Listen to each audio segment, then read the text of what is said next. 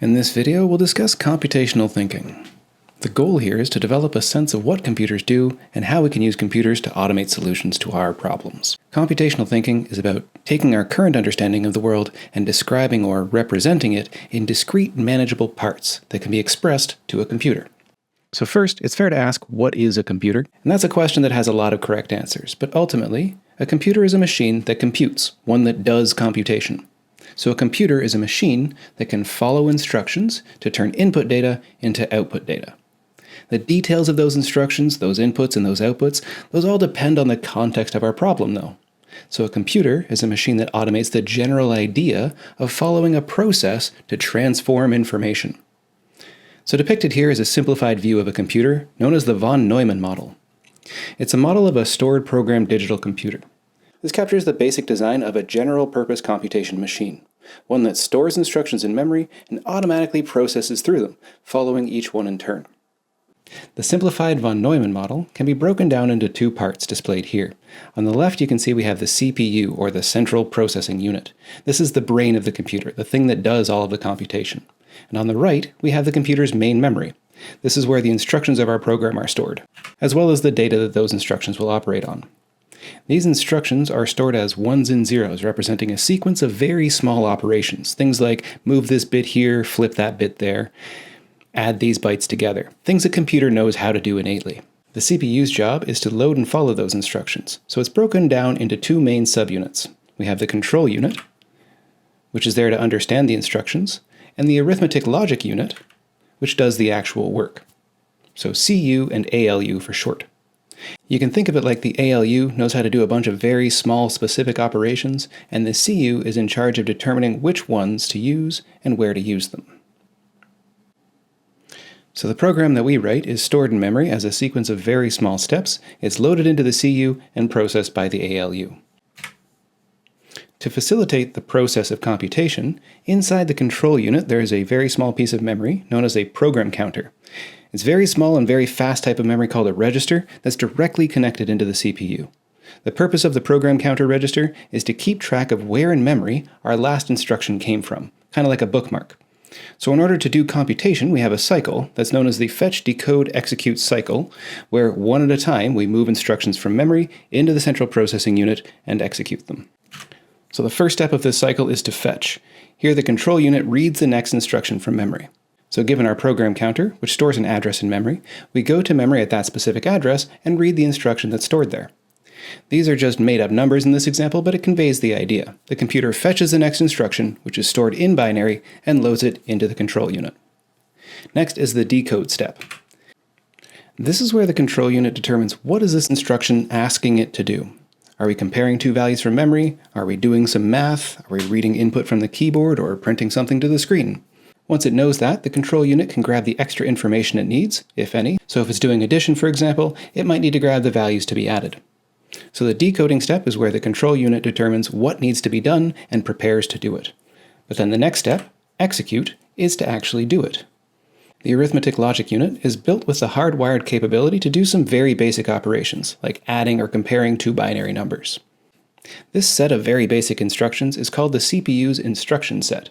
In the execute step, this is where the control unit tells the arithmetic logic unit which of its very basic operations needs to be run, and gives it the data to do so.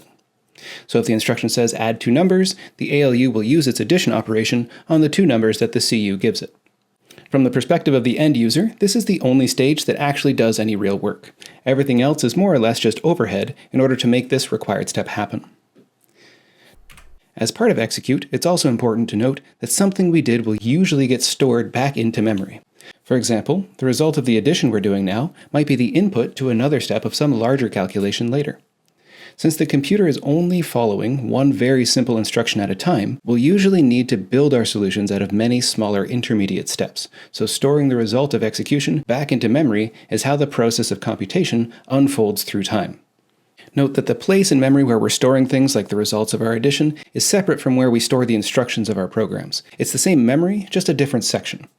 Also, not every instruction requires storing new results in memory. For example, making a beep sound for the user doesn't create anything new to store afterwards. Okay, so fetch, decode, execute, and then optionally store. This cycle then repeats, so after it goes through this whole sequence, it increments the program counter by 1, and then goes back to fetch. The increased program counter means that the fetch step will grab the next instruction in sequence, the CPU then decodes it, executes it, and increments the program counter again. Over and over and over, your computer is just doing this. That's really all it's doing. Getting an instruction, decoding it, executing it, incrementing the instruction counter, repeat. The speed of your computer is a measure of how many times it can run through this fetch, decode, execute cycle in a single second. So for example, if you see a computer for sale that's advertised as having a 4 gigahertz CPU, that means it can do about 4 billion of these instruction cycles per second. Now obviously this is a simplified diagram. Modern computers have a lot of advanced techniques like fetching one instruction while still decoding the last, and having multiple CPUs working in parallel that make them more complex than this basic von Neumann model, but it's still a broadly accurate overview of how modern computers compute to this day. It illustrates that computers really only ever follow instructions. Do this, then do this, then do this. A linear program flow. And so it's very important for us to learn to make good programs, because if the computer is just following instructions, then its outputs will only ever be as good as the programs that we give it. And that's the goal of this course, to learn how to make good programs. Now, a program is just a long sequence of instructions that together form a complex solution to some sort of problem, a translation from input data to output data. For example, the house demo Python program that we saw earlier is comprised of a sequence of operations which, line by line and shape by shape, solve the problem of displaying a house drawing on the screen. Now the issue here is the CPU only understands very simple instructions called machine code. These are the instructions that direct the hardwired instruction set built right into the CPU. Writing solutions at this level of detail, though, is quite cumbersome.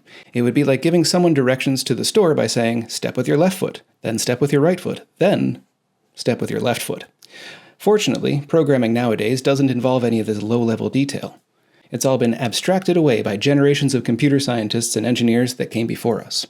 The solutions we'll write in this course will be in the Python programming language, which comparatively are at a very high level of description. This is why Python, and other similar languages, are called high-level languages. The statements you'll write in Python will be more like, go to the end of the street and then turn left. These are more abstract instructions that are easier to understand for us humans, but they're not detailed enough to direct the CPU for the exact operations it needs to perform. So there's a disconnect between what we want to write and what the computer needs to read. The solution to this issue is what's known as the Python interpreter. The Python interpreter takes high-level Python code, like we see on the left here, and turns it into machine code, like on the right. So when we type Python into the command line and give it the name of our program file, we're asking the Python interpreter to take our program and translate it into machine code instructions for us. How it does this is thankfully not something we need to understand in order to use Python. The Python interpreter and the CPU both take care of their ends of the deal, so we can focus on solving our problems. So what kinds of problems can be solved with computation? Well, I can't put a single answer to that because there are a plethora of problems that can be solved, but to get an idea, consider the problem of reading this text. When the letters in a word are jumbled, most humans are still pretty good at reading them. That's because humans are great problem solvers. We make assumptions and interpret the intent of faulty data pretty easily. Computers, however, are kind of dumb. The computer handles faulty data usually by crashing. Computers are very fast, though, at finding solutions to mechanical tasks. Like if I asked you, how many spaces are in this text? It would take you a moment. But a program written to solve that would run in less than a moment, we could say. I could ask you, what's the third most common letter? A computer, again, with a program to do this, is pretty straightforward to execute. So computers are really good at mechanical repetitive tasks. They're very fast, they're very precise, and they don't get tired or make mistakes, unless they've been told to make mistakes.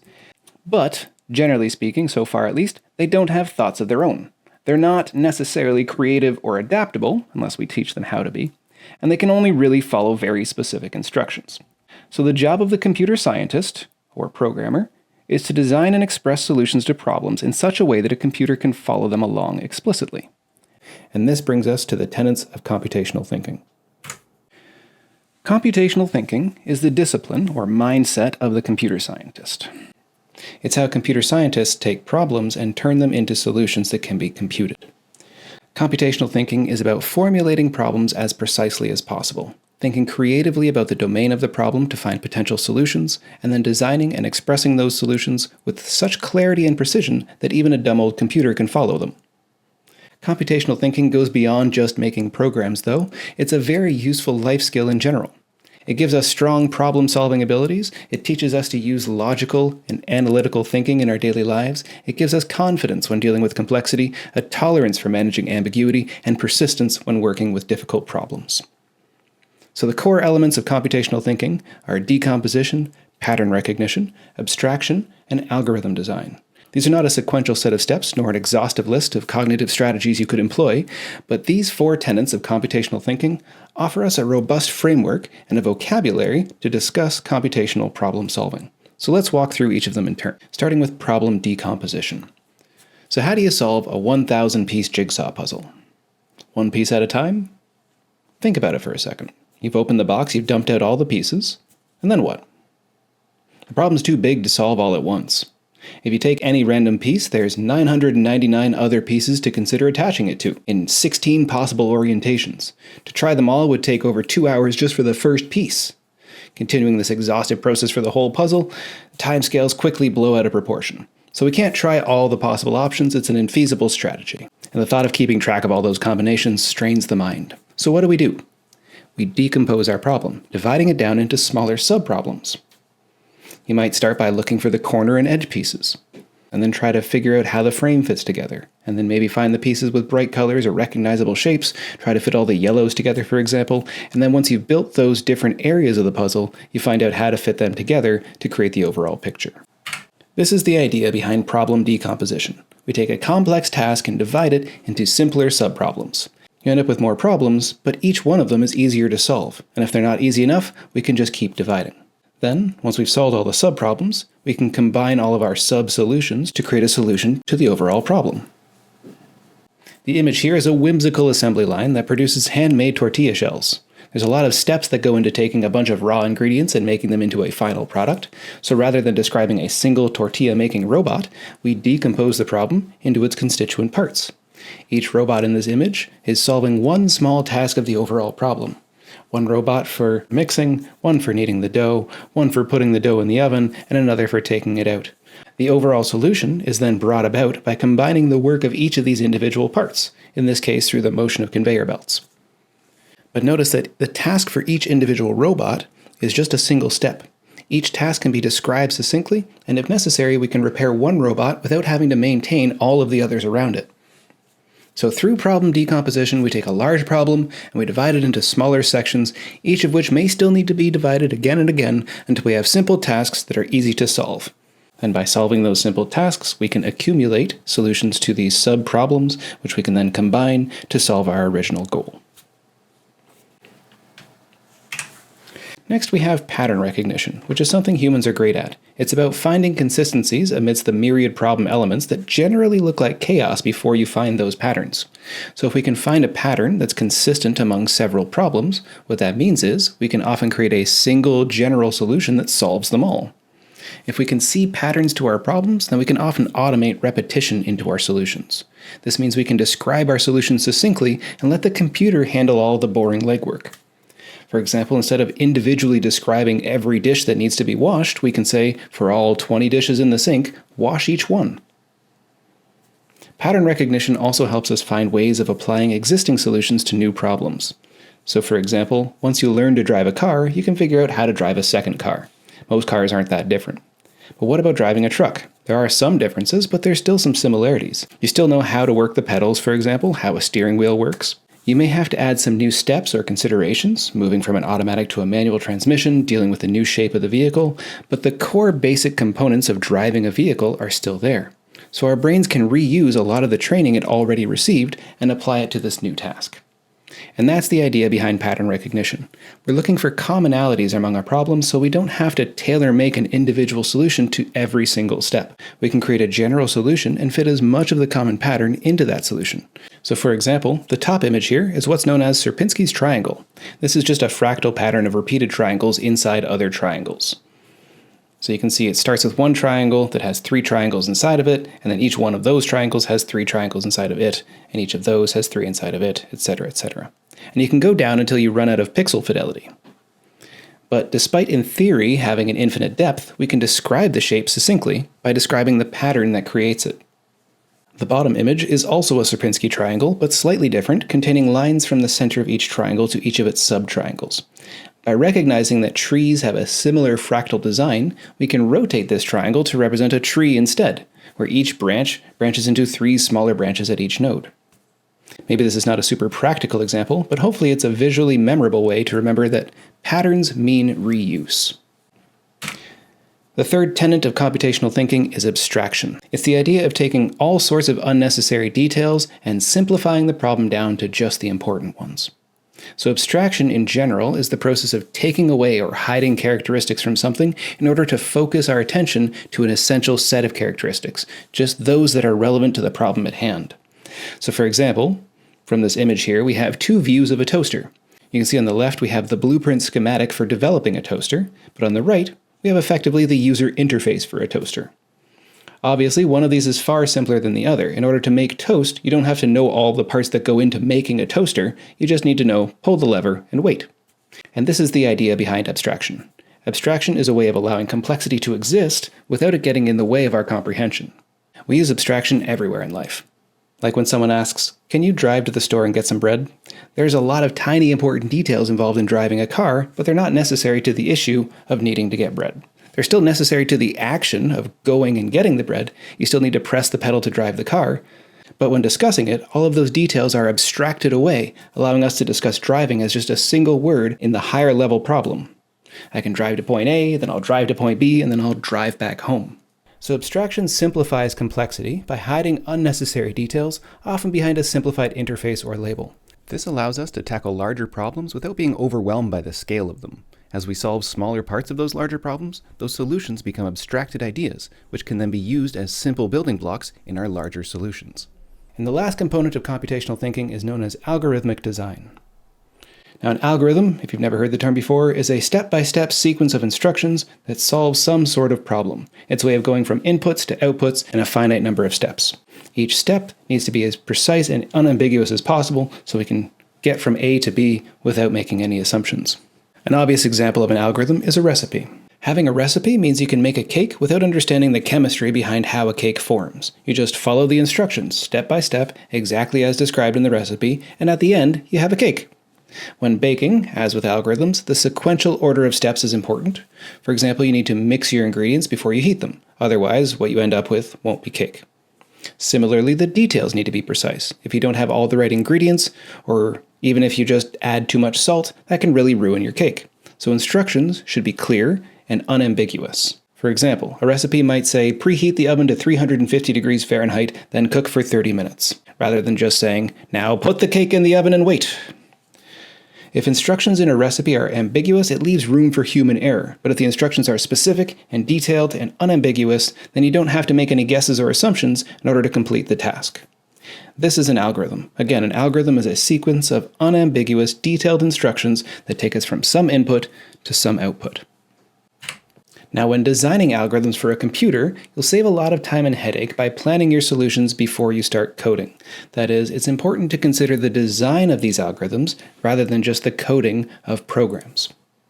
You can think of an algorithm like a program before it gets to the computer. If you just start coding, if you see a blank page and start typing in your code, you're going to run into errors, and those errors very often will be errors of design. Whereas, if you take a piece of paper, draw out your plan, break it down into steps, and then flow out an algorithm to follow those steps, that will save you a lot of time debugging later on. Developing large-scale programs is a continuous cycle of designing solutions, analyzing those designs, implementing them, testing them, and then revising. So it's important to have a clear understanding of how we intend things to work before we try to do them, because then when things break, we can just point to our design and say, how did these not line up? We can then either find mistakes in our design, which are easier to understand because they're at a human level, or we can point to the differences between our design and what we've ended up creating in our code. So it's very important to design your algorithms before you actually construct the programs themselves. Now, the 2 main ways to design your algorithm are with either pseudocode or flowcharts. So let's talk about them both. Pseudocode is a simple technique for designing an algorithm by just describing it in English. You don't have to be overly precise because a computer is not going to be taking pseudocode and trying to execute it. You're trying to communicate your program from one human to another, or even from one human back to yourself. You do still want to be as precise as possible while doing this to reduce the room for assumptions and mistakes, and to save time and effort later on when you try to convert this algorithm into a program. So you can think of pseudocode as programming structure, but using natural language like English. The intent is to be understandable by humans, but the format should be something that you can translate to a program pretty easily afterward. There are a few basic instructions you're likely to see in a lot of pseudocode examples, stuff like inputs for getting information and outputs for displaying information, variables for storing information for later, decision points, which we call conditional instructions, and repetition, which is doing a set of instructions over and over. And these are pretty much all the things that a computer can do, so our solution, our pseudocode, should be in terms of these very simple steps. So let's take a look at an example. So consider this problem specification. The problem asks us to calculate the number of students with A grades in a course. As input, we're given a list of numbers between 0 and 100, representing student grades, and as output, we want to say what's the total count of those which would receive a grade of A. So I'm just going to use Notepad to walk through this. So first off, we have our inputs. So we'll say inputs are something like a list of numbers. We got 100, a 20, a 52, 34, 76, and a 95. 95. So these are our inputs, and we want to go through these numbers and find how many of those should get an A. So at Carleton, A's are any grade above an 80, so our target output in this case would be just the ones that are above 80, in this case 2. So how did, as a human, I solve that problem? And now I need to translate that into pseudocode. So figure out what are the steps I took mentally to do that, and then make them very explicit for the computer. So mentally what I did was I took this list of numbers and I went through each one and I said, is this an A? If it is, I counted it. If it wasn't, I didn't. So there's 1, nope, nope, nope, nope, and then 2. And that's how I got to my answer 2. All right, now I can't just program that into a computer. I can't just say, here's 1, nope, nope, nope, here's 2. A computer wouldn't understand that. I guess most humans wouldn't either. What we want to do is create pseudocode for this. So again, we want to break down the problem, look at the individual parts of that, and write very specific steps for creating the solution. Step 1 is we need to go through the list. Step 2, we need to check each value.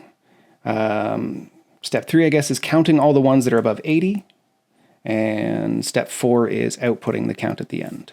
So let's take a look at some pseudocode that could solve this. So here's one example of pseudocode. Start with 0 A's. Okay, so starting off, I found nothing. And then for each student record in the list, so it says go through every single number in that list. And for each one of them, we're going to get the grade of the student. If the grade of the student is greater than 80, then we'll increase it by 1. And now inside this indented space, we're just going to keep repeating this. So for each means go through every single student. So these 3 lines correspond to the actions we take against one student record. So we get the grade, we check the grade, and we count it if necessary. Then we go to the next one, get the grade, check it, count it if necessary. We repeat that over and over until we've done all the students in the list. And when we're done, this variable here, the number of A's that we've been counting, stores the total. So we can just output that count. Now again, this is not a program. It should be fairly readable by humans, and it's relatively specific. It goes step-by-step instructions. Now there's some important component parts here. I mentioned variables, repetition. There's a decision here as well with the if question mark. We haven't really covered these yet, but as general concepts in the world, they should be understandable. We'll talk about how they work in computers as the chapters go on in the course. It should be noted that following pseudocode is much easier than writing it. Writing pseudocode requires an understanding of the different instructions, whereas reading pseudocode really just involves the ability to read. The next format for algorithm design, you can think of this either as an alternative to pseudocode or even as a helping hand to pseudocode, is what's known as a flowchart. So a flowchart is a fairly straightforward graphical design of an algorithm. Each step of your algorithm is depicted as a labeled box, with lines connecting the boxes to illustrate the flow of processing between them. Flowcharts tend to be very intuitive, even for non-programmers to follow. So here are some of the basic components of a flowchart, where different shapes often correspond to different instructions, where rounded boxes represent the beginning or end of an algorithm, square boxes represent just standard processes to be carried out, parallelograms representing inputs or output operations, diamonds very often representing decision branches, and as I mentioned, the lines depicting the flow of control between one box and the next. Here's an example flowchart depicting the same algorithm that we created in our pseudocode previously. And you notice it's pretty easy to follow through. We start at the start step. We set the number of A's to 0. We ask, are there still students? If yes, then we get the next one. We check that one. We say, is the grade greater than 80? If yes, then we increase our A's by 1. If no, we don't do anything. And in both cases, we return back to the question, are there still students? And if there's still students, we keep in that loop going back and forth. Eventually, we'll run out of students, and we'll take the no branch, at which point we print out our output, and we're done. So you can see flowcharts are really straightforward to see the process of a piece of code. As you can imagine, they're a bit more cumbersome to construct because they involve some graphical design as well as figuring out how to lay everything out in 2 dimensions. Now, the 4 tenets of computational thinking aren't an ordered sequence of steps that are going to bring you from start to a finish. They're more like general strategies to employ throughout the problem-solving process. While problem decomposition tends to be one of the first things you'll do, and algorithm design is often one of the last steps in problem solving, you might find yourself applying these techniques repeatedly in a cycle, or even sporadically throughout your own lives. So to understand how computational thinking applies to the general process of problem solving, consider the double diamond innovation process. This is a high-level overview, a generalized description of problem-solving and innovation. It describes phases of divergent and convergent thinking that take us from a problem to a solution. Now, convergent thinking is a cognitive strategy where we narrow our focus towards targeted details. It's about filtering our ideas, defining and refining our thoughts towards the best ones. It's like asking, what is this, or how does this work? On the other hand, divergent thinking is about broadening ideas, exploring possibilities, and thinking creatively without judgment. It's like asking, what else is there, or how could this work? These are complementary strategies for problem solving. Brainstorm creatively, and then filter wisely. The double diamond innovation process proceeds from left to right in 4 stages called discover, define, develop, and deliver. So step 1 is problem discovery. This is a divergent thinking phase where we analyze the problem we're faced with. Here we decompose complex problems into collections of simpler ones and look for patterns or other insights among them. Step 2 is called definition. This is a convergent phase where we set clear boundaries on the problem, specifying the parameters, goals, or extents of the task.